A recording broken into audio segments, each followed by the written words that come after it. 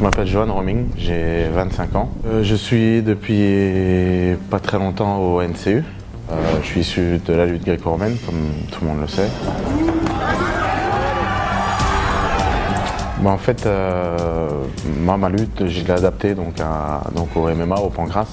J'essaie d'être le plus complet possible. Donc en fait, je m'entraîne beaucoup au sol, beaucoup en boxe. Après, maintenant, je sais que derrière moi, j'ai un joker pendant le combat. Donc si tout se passe mal, je sais quoi faire. En 2008, j'en ai eu marre un peu, j'en avais marre de la lutte. Donc j'avais envie de commencer la boxe anglaise. Et c'est là où, un champion de France de lutte, j'ai rencontré Fernand Lopez et il m'avait expliqué un peu que lui, il faisait pas vraiment de la boxe anglaise, et du MMA, du pancrace. Donc du coup, il m'a dit viens essayer.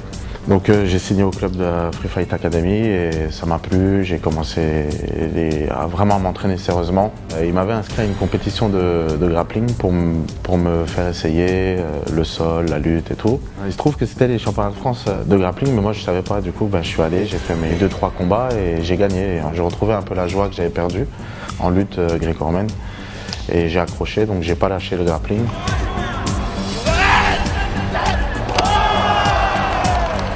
Mon premier combat de pancrace, je suis venu voir le Contender 1 et ça m'a mis la pression parce que j'ai vu un ring, des spots, je ne pouvais pas échapper au regard du public. Et ça m'a mis une grosse pression, je me suis bien entraîné et je suis arrivé prêt donc, au Contender 2. Et mon premier combat, vraiment impensable, je mets un KO alors que j'avais jamais fait de boxe de ma vie.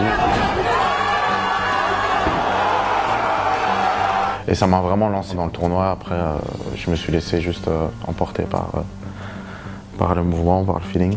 Et après, j'ai mis une soumission au deuxième combat. Le troisième, j'ai gagné par décision à l'extra round.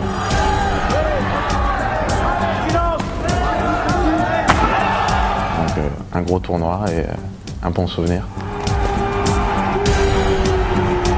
Alors le tournoi Absolute, Contender 6, c'était un tournoi qui opposait, je crois qu'il y avait 3 ou 4 catégories, 77, 84 et 93. C'était surtout une occasion d'affronter des adversaires un peu différents, donc 84 beaucoup plus rapide que les 93, 77 pareil. Ça reste un très bon souvenir et une très bonne compète.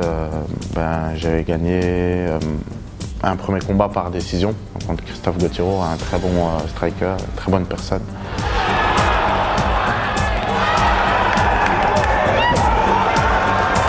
Au deuxième, je sais plus, c'était Malik Merad, soumission au premier round.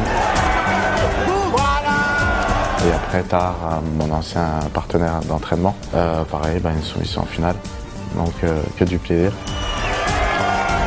J'ai fait le tournoi donc, des 93 kilos le 11 mai à Coubertin.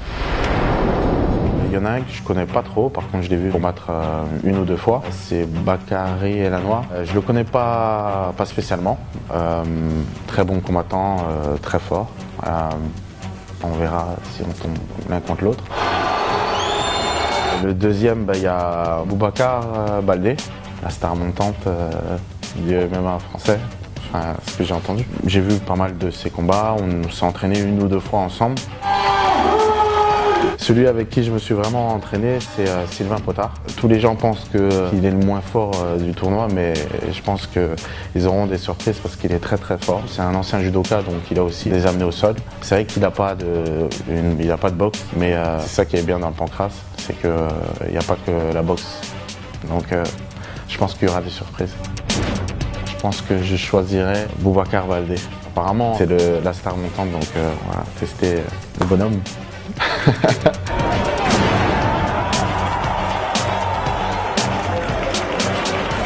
Ça fait 2 ans que j'ai plus combattu. Je me suis entraîné et du coup je viens voir mon évolution avec les meilleurs des 93. Je vois aucune autre alternative à part la ceinture dans ma chambre autour de moi. C'est tout, ce sera le résultat final en tout cas.